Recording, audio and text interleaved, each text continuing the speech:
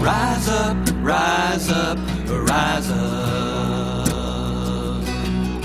They say it's to protect you, while they try to dispossess you of the right to decide between wrong or right, to openly discuss what politicians hide. They want to keep their secret plans from the public eye. We gotta keep our fires burning, keep our spirits bright. We gotta rise up, rise up, rise up. Rise up, people, against the war. Rise up, people, against the war. Rise up, people, against the war. Rise up, people. Money got no children, and bombs ain't for building, and killing ain't no way to make a peaceful day, as all of God's children can easily explain. We gotta keep our fires burning, keep our spirits bright, stand up and speak for what we know is right. We gotta rise up, rise up, rise up. Rise up, people, against the war. Rise up, people, against the war. Rise up, people, against the war. Rise up, people. I see days ahead. Kiss my children into bed. All across the planet I see that everything is fine. Yeah! Rise up, people, against the war. Rise up, people, against the war. Rise up, people, against the war. Rise up, people. We got the power and the will, and we'll do it for our children. For the warmongers and the corporate whores in the history books with the dinosaurs. I claim my power, I claim my rights, and no dirty tricks are gonna change my mind. I'm gonna rise up, rise up, rise up. I'm gonna rise up, rise up, rise up. Rise up, people, against the war. Rise up, people, against the war. Rise up, people, against the war. Rise up, people, against the war. Rise up, people, against the war. Rise up, people, against the war. Rise up.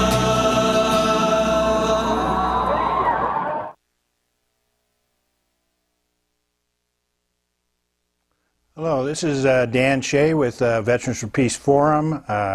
It is time for us all to rise up against war.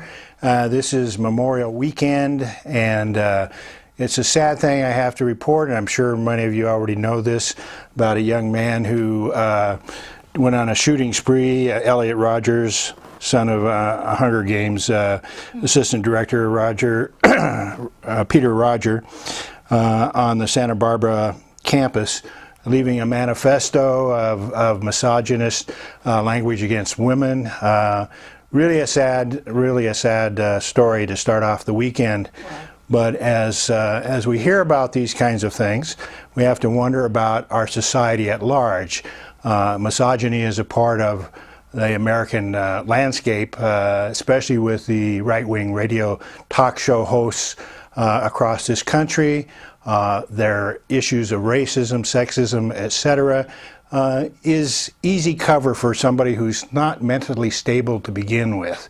And I think we have to recognize that we have a dysfunctional society that looks to violence to solve problems and sends poor messages to young people growing up in this world. So as we as veterans are, looking at Memorial Day, we have to also ask ourselves, not just to reflect on the people that have fallen in war, and we mean all people. That's the soldiers and the victims of our guns and bombs, etc. But is to ask ourselves why we go to war, and why are we killing other people who are part of, trying to make a living like anybody else in the world. So who's sending us there? We have to have critical questions that we ask people about this, and the only way we're going to stop having these memorials is to stop war.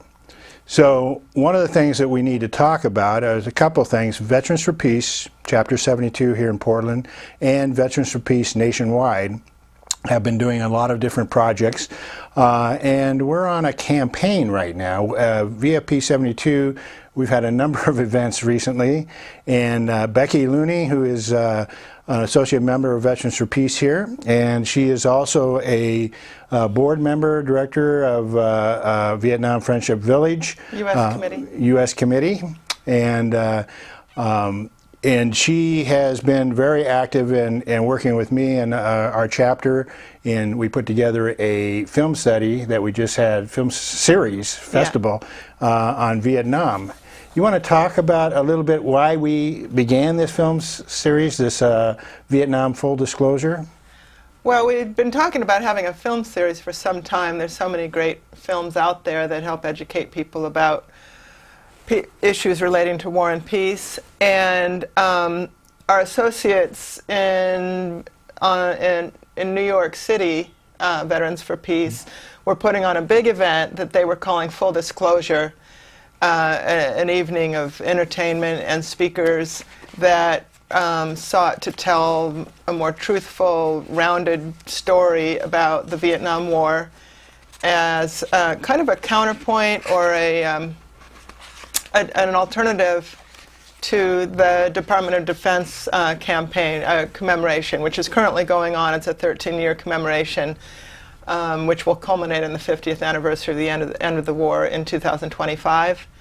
And the official government commemoration is very kind of, what do I want to say, sanitized or airbrushed kind of. It's what they leave out. And what they don't, it's sort of it's not bad what they're doing. They're stressing the service and the valor and the sacrifice made by all the veterans, living and dead, who contributed to that war, but without asking, like you asked the question, why? Why?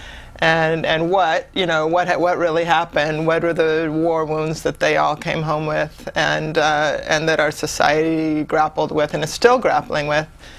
So the intent of, being inspired by our friends back east, we thought, well, let's do our film series. Let's call our film series Full Disclosure, and focus on the Vietnam War. And we came up with 4 very good films that we screened at the PSU Fifth Avenue Cinema last weekend, 2 on Saturday, 2 on Sunday. Mm-hmm. And together, I felt like these films complemented each other very well and dealt with kind of different themes related to that war. So, you want to tell what films we screened at that? Sure. Yeah. We kicked it off with this film called Another Brother, which is a film made by a woman named Tammy Gold in 1998. Mm-hmm. It's about a man named Clarence Fitch, who had a horrible war experience, like a lot of vets. He really saw some. He went through some traumatic events there. I saw people getting blown away, and he, like a lot of veterans, he was doing a lot of drugs while in service in Vietnam, and smoking opium and things like that. And when he came home, he kind of got his life straightened out, but after a while he got back into doing drugs just to deal with the stress, right? The post-traumatic stress. And he had a pretty heavy heroin habit for a while, even after he was, he was active, and he had a full life. I mean, he worked for the post office. He became active in his postal union. He had a daughter who he wasn't very involved with early on, but later, after he got remarried, I think he got more involved with his daughter when she was a teenager. And he was going and scoring heroin on the street, and would come home, and his wife would notice he'd kind of tired in the morning, but didn't realize the extent of his problem. So anyway, he was an amazing person, though. He finally kicked the habit. he became more politically active. He joined Vietnam Veterans Against the War.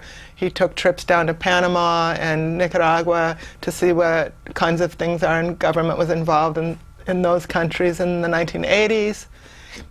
And but the tragedy of Clarence's story was that because of his intravenous drug use, he contracted HIV and eventually died of AIDS prematurely. And so it's an uplifting story about a really striking individual, but it's also a tragedy to learn that his life was cut so short. And what's as a direct result Yeah. of the war, really. Yeah, and I think what's a great tribute is that we have this documentary. So, I mean, his voice would have gone on if he would have survived, and he was speaking out against war and telling people the truth about war. And but you know, you're not lost when you have it on film, and you can have a documentary. It's a real tribute to him and to the director, the people that filmed this, to keep it alive. And I really feel honored that we were able to show that last weekend. I remember when I was in Vietnam, in Da Nang, when I first came in, and I went to, I was a machine gunner, so they sent me to the perimeter. I had a 50 caliber machine gun set up on the perimeter in Da Nang, and there's this group of guys that this sort of little squad, their machine gun squad that was there. They were kind of like you know, the McHale's Navy type of guys that had all the food and drugs and everything you can imagine. People were coming there and buying stuff from them. And I remember they handed me, they were smoking some, what I thought was just some weed, you know, and they're passing around. And when you're first there, you know, you don't want to be the outsider, so you take a hit on this thing. And it wasn't weed; it was opium stick. Wow. And I remember taking 2 puffs on it, and then having hallucinations, and immediately saw people coming across the wire as skeletons attacking me, and I remember reaching for my machine gun. Wow. And the next thing I knew, as I was choking on water, it had rained that night, and I had fell on the ground, passed out, and these guys were all laughing, you know, that this stuff had hit me. I didn't know how powerful something like that could be, and just so that was very addictive too. Yeah. I never ever again. You know? I never ran across it again, thank God. But I couldn't believe. I don't know how anybody functioned with that stuff in them. You know. Yeah. But it's yeah. So it was readily available there, and it was really scary how it hit me. But from what I understand, the reason that people were doing those kinds of drugs in those situations was to manage the stress, partly. Sure. And partly, I mean, the drugs were being supplied from somewhere, so somebody was making money off of that trafficking with the troops. But I remember meeting a vet in California who talked about being on this duty where they had to take truck loads of things, you know, from point A to point B, and so they were going over this road, over the mountains maybe, back and forth, and they were always scared to death that they were going to hit some sort of a mine on the road, that the road would be mined. So they would be going really slow and like going real carefully over these bumps, or maybe they were carrying explosives. I can't remember exactly how the story goes, but they would often just, you know, be really stoned as they were doing this trip, just to sort of like manage their stress. Well, yeah, I mean, there was marijuana was readily available, and it did act as that sort of calming effect, you know. But I did not. You weren't disabled like it was on opium to me. Anyhow, it didn't bother me. If they weren't doing that, they were drinking. If we had alcohol, we had alcohol. Anything anybody could get into. But alcohol's okay, you know, and various types of things that are available to people. But same thing is one of the things I remember also on an operation was up on a hill watching a convoy go by and was attacked by raiders from the jungle, and I remember us calling over to see if they were okay, if they needed assistance, and they said, no, we're a medical team, it's the black market, they're trying to get our drugs. Wow. Yeah, they were that blatant about it, you know.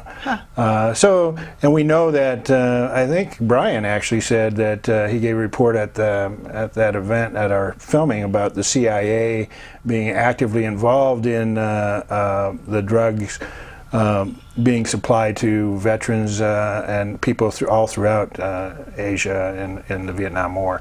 So I mean, there's a lot of stuff that we need to look at. People profit from war. They profit from weapons, they profit from drugs, they profit from everything that they can, and they profit from, they're basically merchants of death, and they profit from death.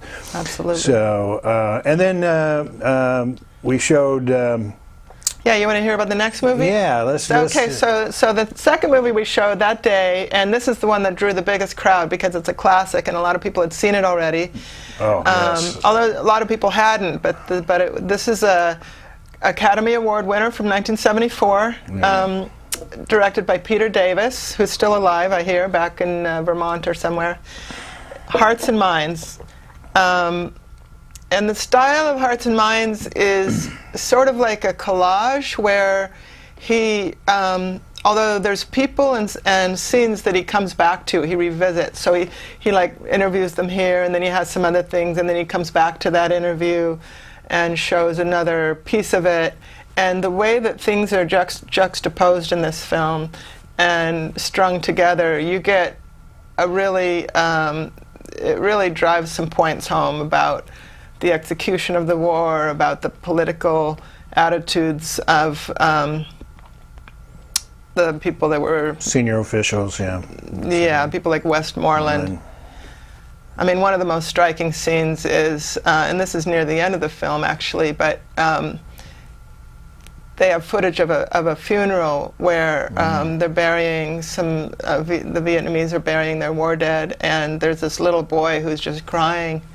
It's heartbreaking. He's just sobbing and sobbing and sobbing like in this with this picture of his father in front of him, and then that's when they cut to Westmoreland and this interview where he says, "Well, you know, the Vietnamese don't value life like we do," and this is something that I've seen this in other films of other people saying the same thing, and they use that as an excuse for. Or sort of like an explanation. Yeah. Well, also an explanation for like, well, if these Vietnamese really valued life, they would just give up because they know we're going to win this war, and they're just dragging it out. You know, it's like. But there's another scene in Hearts and Minds where they show this coffin maker. He's got all these little coffins stacked up in this warehouse, and at one point he says something about, you know, the Vietnamese, they'll die. They'll fight to the death. I mean, till every last one of them. They're not going to give up their sovereignty so easily. Right. So that film was. I mean, watching it with the audience, I actually at that point where the little child was crying over, I just broke into tears and couldn't stay in there. I had to get up and leave. I saw it triggered my post-traumatic stress, and. It was very difficult to get through for me. I have seen that film on television, bits and pieces, but I've never seen it fully through like that before. And it's probably why I haven't seen it, is I haven't been able to make it through the film. It's a hard film to watch. Yeah. I found that day that I was really picking up on the emotional content of both of those films, and Hearts and Minds, you know, really puts you through the ringer. You're feeling anger, you're feeling shame, you're feeling just, I don't know, consternation. I mean, who was that war hero that they were celebrating in that movie? And you see him talking to a lunchroom full of elementary school kids. I can't remember. And he actually says, I mean, just with a straight face, he says that we won the war. I mean, it was... he had been a prisoner of war, I think. I mean, Yes, his that's right. mind was obviously warped. But yeah, it was crazy. Well, we don't know where that person is today. I mean, a lot of people that came back from the war immediately and various times in their lives that were similarly said the same things.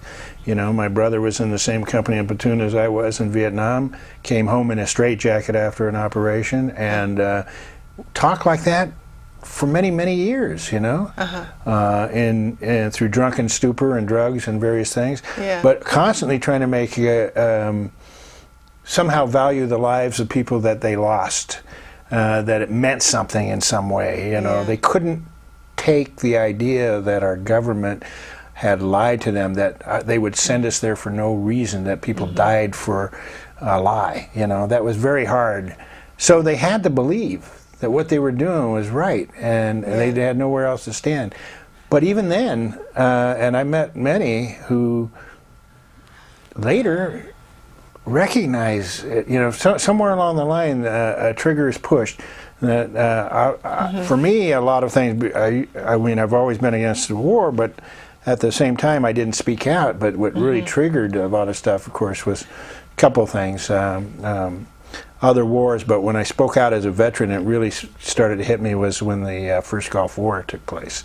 Right. And it started triggering things in me that I had buried deep.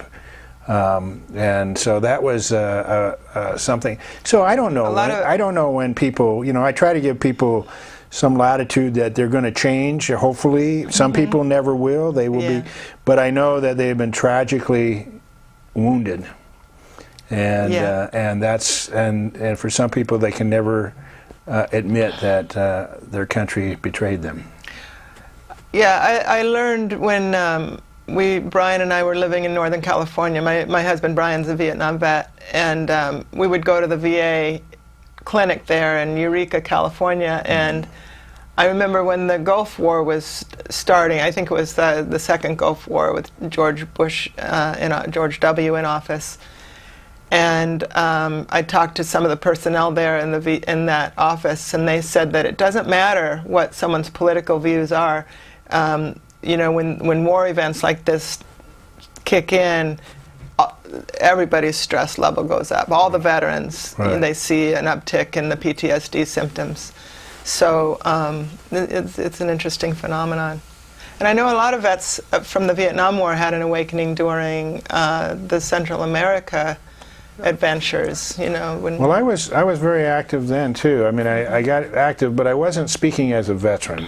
I spoke as a human rights activist, as a labor activist, and even it got my labor union to put money to support labor activists that were being killed by death squads down in El Salvador and Nicaragua, and you know, in Guatemala, and got involved with the Portland Sanctuary Movement, which is a sanctuary movement for Central American refugees throughout the country, and even took refugees into my home. But those were things that I felt I had to do. You know, I knew what war was about, and your husband, of course, Brian Willson. Brian was down in Latin America, and his opposition to the war when he sat upon the tracks. What was the naval base there? Concord Naval Weapons Station. Well, he had done a high-profile fast just a year before that with 3 other vets, where they fasted for a long time on the steps of the Capitol in D.C., and that brought a lot of attention to the issues. And then he was, so a year later, he was basically beginning another long fast, which he was going to do on the tracks at this naval base where they were moving weapons from where they were being stored out to ships that were going to ship them down to El Salvador, I think, and maybe some other places. And they, I think because of his notoriety from the fast, they thought of him as someone that they just don't want to let him get away with this again, you know. So they're like, don't stop the train. They told the train crew, don't stop the train, whatever you do. And Brian didn't realize till the very last minute that they weren't going to stop the train. He fully expected that they were going to stop and he would be arrested, and so instead he wound up almost losing his life. He lost his leg below the knee, and he was lucky to walk away with his life. Right. But that for me, I read about it, and I'm going. It just made me more want to, as a veteran, but I just still didn't speak as a veteran, but more as a veteran to be involved in trying to stop that war. Yeah. It was, and then there was great people throughout the United States that actually, we did, I think, very actively in the sanctuary movement, force the legislation in the Boland Amendment to stop sending arms, which ended up in the whole Iran-Contra affair of people selling arms, the hostage crisis in Iran, and etc. Drug trafficking, drug trafficking by the CIA, all of that stuff, and these are part of these wars that we've been involved in that are not even, again, most people don't know about them. You got to kind of research it outside the usual history books. If you want a sort of a good analysis of those periods of time, actually Brian's book, Blood on the Tracks, I'm going to hold that up. And we've had Brian in here before. Yeah. But Blood on the Tracks is the story, Brian's story, but it gives a long history from the Vietnam War, even, and his knowledge and history of war throughout our entire history is in there, and it's a good place to start for anybody that wants to know about the full disclosure. That's a good start. I think that he's working on another book, by the way, sort of on the full disclosure theme. It's sort of like a blow-by-blow accounting of things that happened during the Vietnam War that won't be covered in the official 50th anniversary commemoration, and then also he's going to put some stuff in there from what was going on the home front to oppose the war, and military resistance from within the military and that kind of thing. And I just wanted to say that Brian's, what happened to him on the tracks was directly related to him being, having been sent to Vietnam and seeing what he saw in Vietnam. Because when he came home from Vietnam, well, he didn't really claim his status as a vet for 12 years. I think it's something that when people got home, they just got out of the military. It's like they just wanted to put that behind them. But then inevitably some event, like another war or whatever, will trigger something. For Brian, he was actually doing some work in prisons, and there was an event at a prison that was violent that he witnessed that sent him into a flashback. And then from that day forward, he had to deal with the fact that he was a Vietnam veteran. And when he was getting assessed for his PTSD settlement from the VA, there was this one woman that when she found out that he didn't lose his legs in war, but that he lost them in this peace demo, she said there's a direct relationship there, because he basically became obsessed with peace, after what he saw. So it's all tangled up in there, Oh yeah, a human being should be tangled up in it. If wherever there's war, we should all be asked questions, Totally. We have, like I said, we have a dysfunctional society. Rape in our society is high. A lot of people suffer from post-traumatic stress. There's a lot of different events in people's lives, abuse, all of these things, and veterans it may be different. Everybody's different. Everybody's story is different, and they have powerful effects. But we should be able to try. The only way I can feel halfway sane, about these things, is to try and amend for our crime in Vietnam, try to amend for my participation in that war, and I don't know. I have to be constantly working on human rights and these things, just to feel like I'm paying back something, you know. I don't know. Just to be able to continue walking in our society. There was of course, we showed on Sunday the movie Sir No Sir. Yes, which favorite of mine. For one of personal favorites of mine, and I did get to sort of introduce that film because I had met a number of people there. Tom Bernard, who was a good friend of both yours and mine. Yes, I miss Tom. Who is a part of the Worms. Which is what's that acronym for that? I don't know. I had it, but I'm sorry. But it's basically about military stupidity, intelligence stupidity. But Tom was such a great man, and he and I actually went around to show the film, and we went down to Brian and Becky's when they were down in Arcata. And I think that was the first time that we met both of you. It probably was, yeah. And so I had met Brian before. He'd been up to Portland right. on some event, but to get down there and meet you and be more personal. First time meeting Tom. Yeah. And Hal came up. Yeah, Hal Muscat. Yeah. Hal was also in the movie. It was strange because Dave Klein, who's one of the major characters in this film, had invited me to go back to Vietnam on an Agent Orange conference. 5 of us veterans went back there.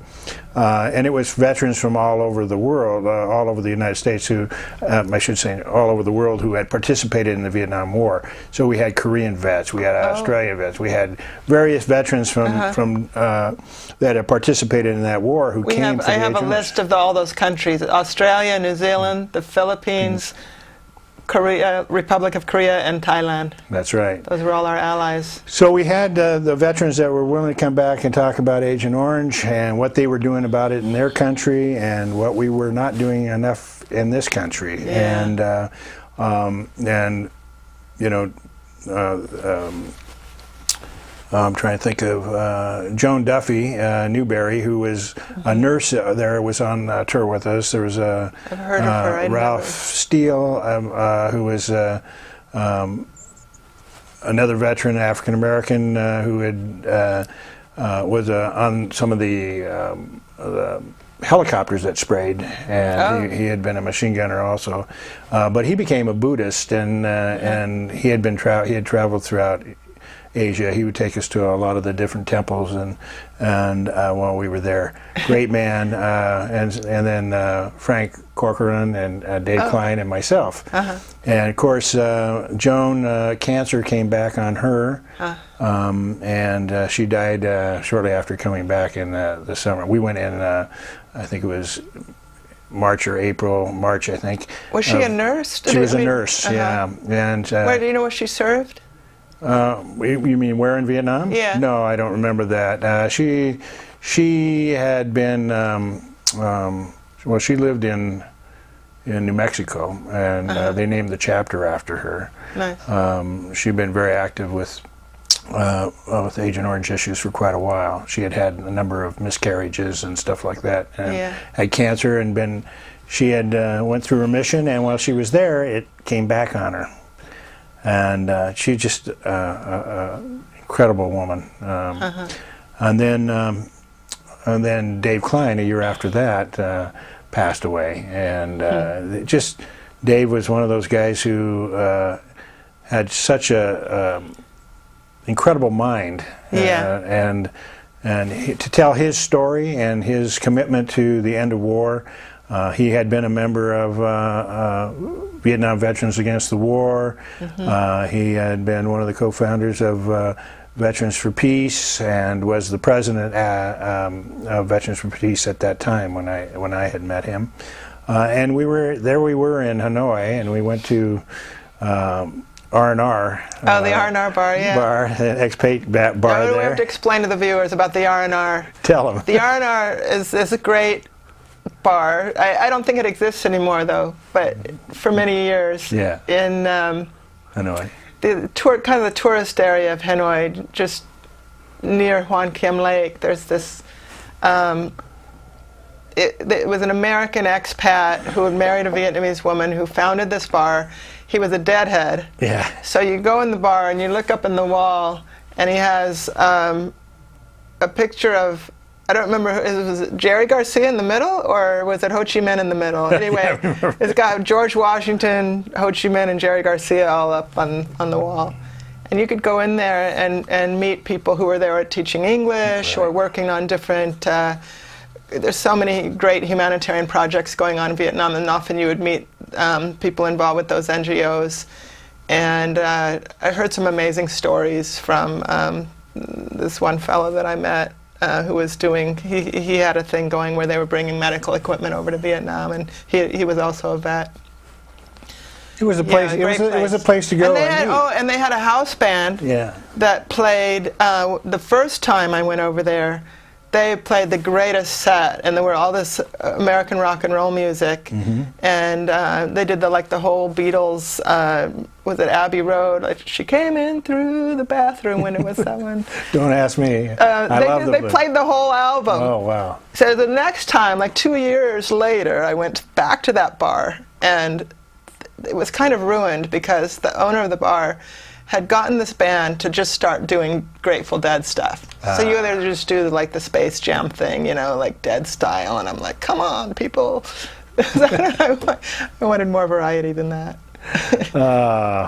But you know, that bar, it was one of those places where everybody came to, and Dave and I were there, and we were sitting down having a drink, and there's this French journalist happened to be there, and kind of dropped in. He knew that we were in Vietnam.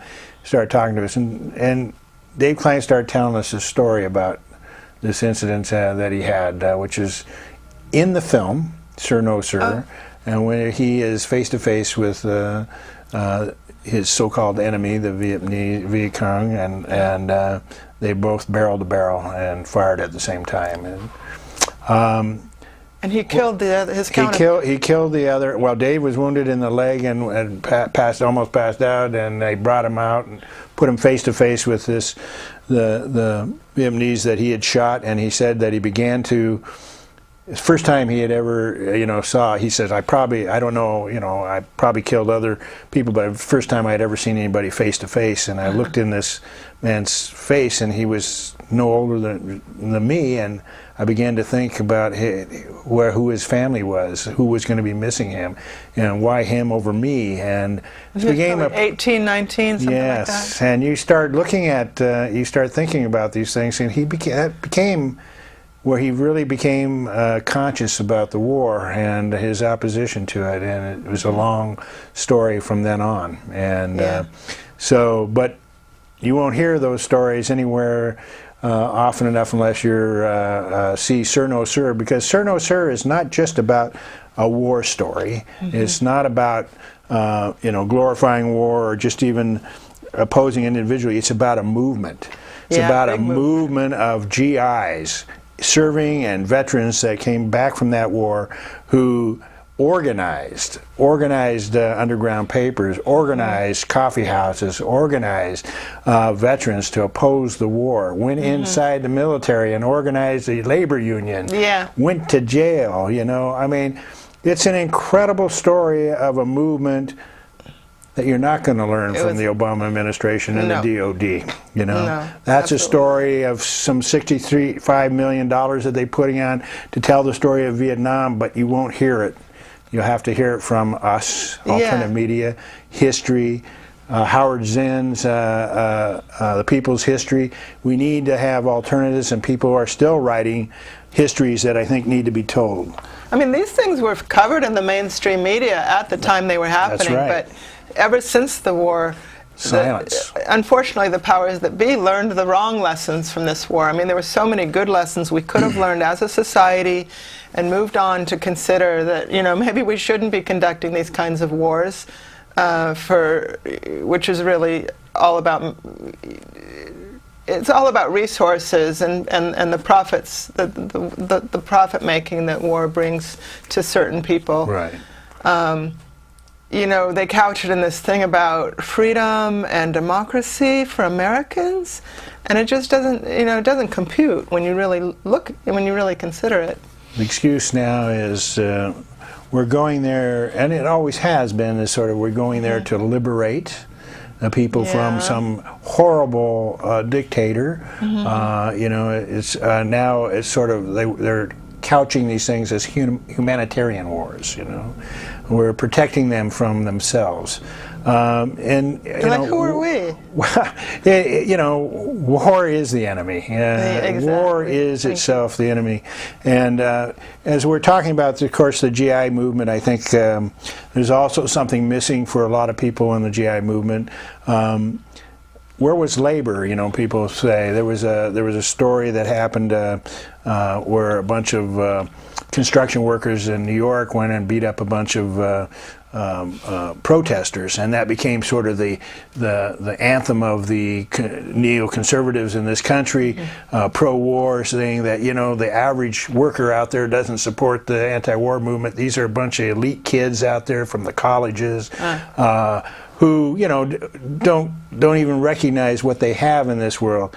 Well, there's a book out called Hard Hats, Hippies, and Hawks: The Vietnam Anti-War Movement as Myth and Memory by Penny Lewis. And this is an incredible book because it starts talking about that myth and where, through statistics and reports, looks at the huge movement of working class people that opposed the war. There was in a certain sector of the labor unions that actually came from the top of the labor unions, which was often more your AFL-CIO, George Meany at the top. And when you talk about the sort of labor leaders at the top, I mean, they came from another generation also, and they were still believing things. I know that the AFL-CIO had people that were working with the CIA down in Latin America, and we opposed that during the Central America and tried to expose that more. So you had that side of stuff that was happening from the Vietnam War in the 1960s, 70s, 80s.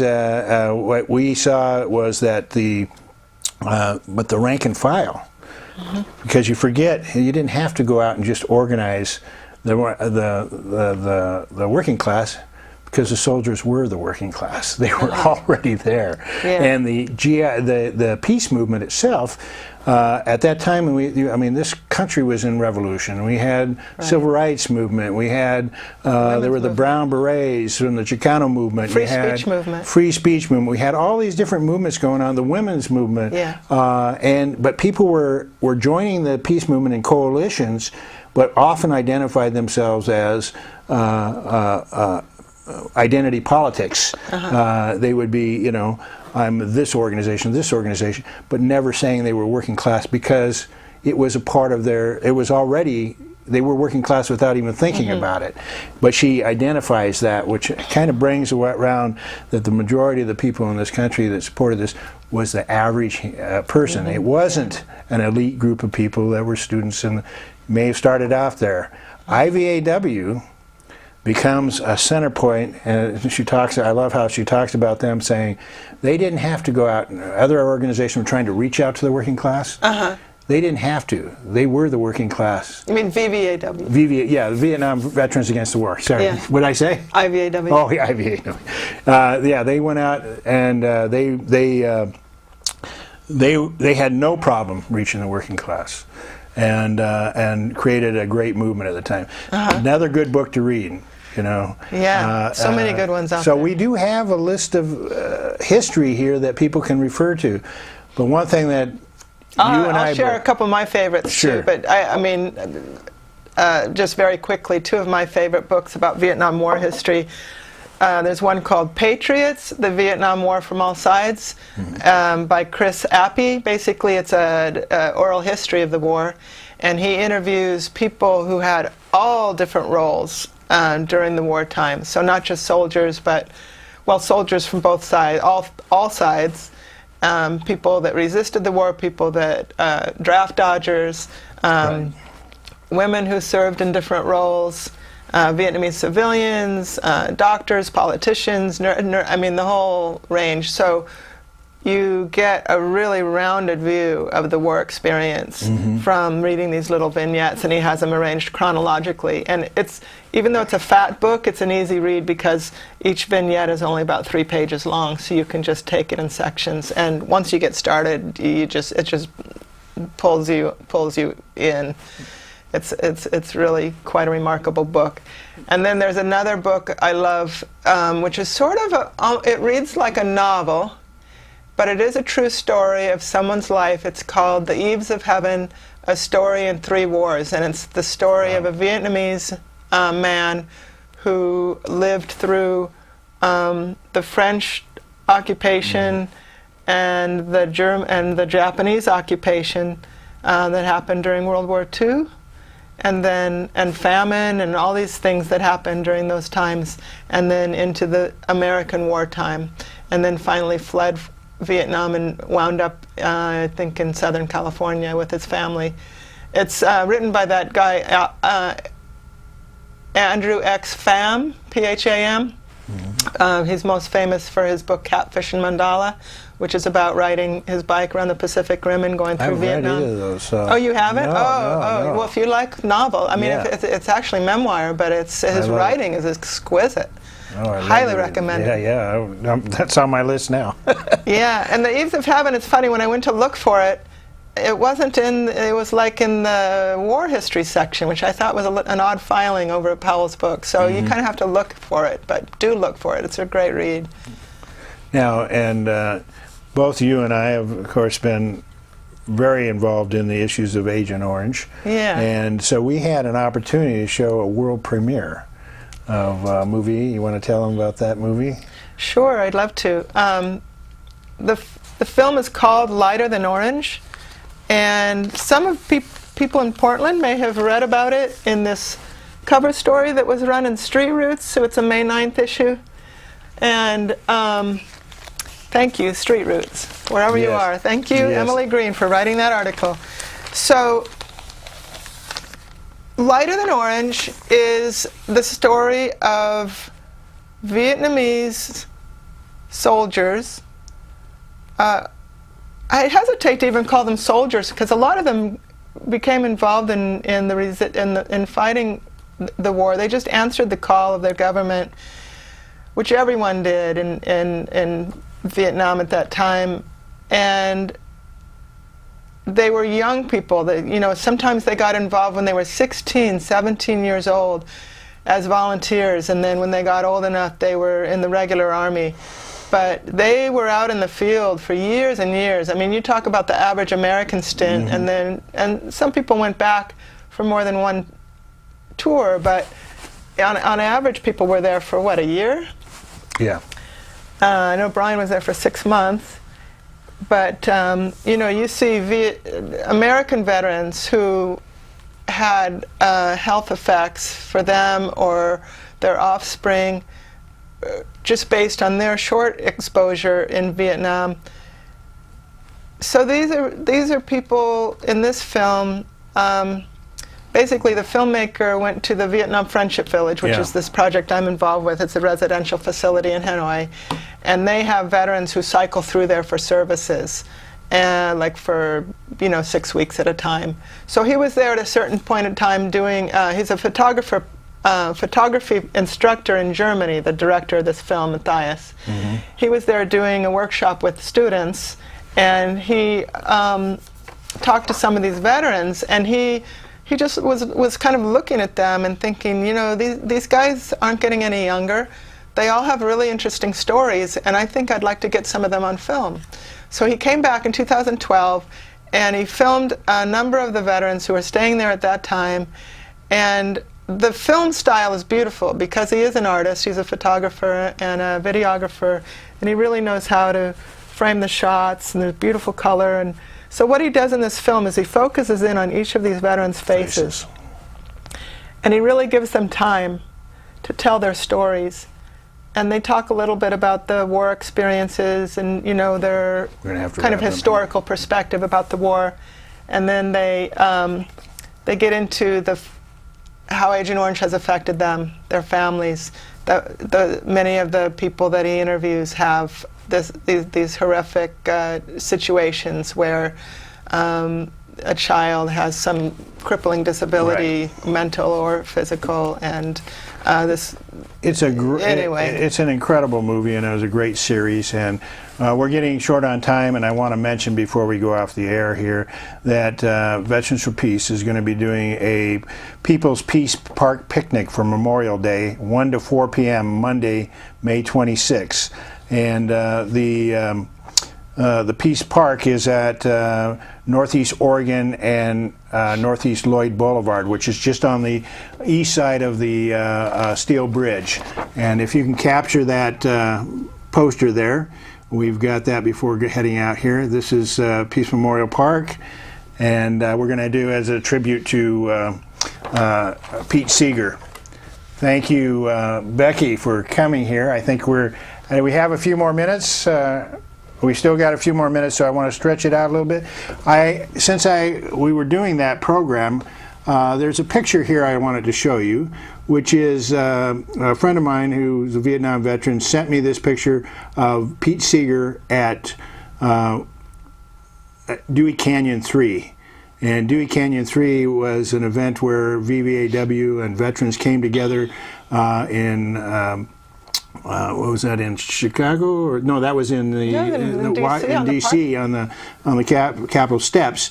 And eventually they threw their medals, giving them up, and Winter Soldier. Everything kind of culminated from that. They also had an encampment going on. They had an encampment, yes, for a number of days on the mall. And this was. I just thought that Pete Seeger being there and being a tribute, just passed away. We want to pay tribute to him and his wonderful songs. We have a number of we have some musicians that have agreed to play. Uncle Wally, is that his name? Grandpa Wally. Grandpa Wally. What's her name? Camila Rose. Camila Rose and Karen Ann. Karen Ann. Karen Ann is sort of a emotive soul singer and songwriter, and she's agreed to come out. Camila is internationally acclaimed musician, songwriter, and really been very supportive. And then Grandpa Wally is a banjo player and a Korean War veteran, National Guard. So I don't know. That's where we are now. I think we have 5 or 6 more minutes. Do we? So let me just explain again how to get to the Peace Park. On Monday afternoon, 1 to 4, we're having a picnic. We want people to bring their own picnic fare for themselves and their friends, or to share. And we'll have these musicians, and anybody is invited to bring their own instruments and songs and come play. We're going to do both an open mic thing. We'll have power there with a microphone, but we're also going to invite people to walk around and do like a strolling musician thing among the picnickers. That's right. This is the Peace Park. If you don't know it, basically, if you're on the east side Esplanade down by the river, you get down to the end where the steel bridge is, and instead of going over the bridge, you walk up the ramp up to that top area, and then you'll see the park up there. There's actually a round circle in the shape of a peace sign. And this is a park that's maintained by Veterans for Peace, and in the last year they've been converting it from an annuals garden, which was a heck of a lot of work every year, replanting those flowers. They're converting it to a perennials garden, and so this is why when we sing, "Where Have All the Flowers Gone?" it'll have a double meaning. Double meaning. I'm looking forward to that. I am too. 1 to 4 p.m. Monday, you're all invited, and this is a gathering to memorialize all victims of war, including our own veterans, and to raise our voices in songs of peace and healing in the spirit of the great Pete Seeger. That's true. And I just want people also to think about, there's websites that you can go to find out. You can Google almost any of the information if you want to know about Winter Soldier. But I found, it was interesting, I found a Winter Soldier report, www.wintersoldier.com, which is phony. Really? It is a right-wing position that tries to denigrate the movement as a bunch of communists and Really? left-wingers and Kerry. It's a swift boat kind of attack, and then saying that he was forced to make testimony. This one guy was forced to make testimony. Well, later comes out in another investigation that this guy had said many different things, and they just didn't jive. But if you want to find out more, of course, too, the stories of Winter Soldier telling about the atrocities of war, you can search. We have Winter Soldier on YouTube. You can get some stories there. Is Nick Terse. Nick Terse's Kill Anything That Moves book, a more recent book, a young man who, doing his thesis work, went out and researched government materials that have been kind of hidden and lost, and shows, and went back to Vietnam and talks about things like My Lai were not an aberration, but an everyday occurrence. And so these are the things that we're talking when we talk about full disclosure, is that these things that they leave out, they don't tell you, is what we need to keep telling. And they're, they're like Agent Orange. There was a book written, Waiting for an Army to Die. And when it comes to Vietnam, they're waiting for all of us Vietnam veterans to die, and they can tell the story any way they want. But as long as we're alive, they're not going to get away with it, and we're going to keep telling this truth. Do you want to talk about that legislation? Oh, on Agent Orange, yes. Yeah. Sorry I didn't bring my card with me, but there is 2519, HR 2519. Very good.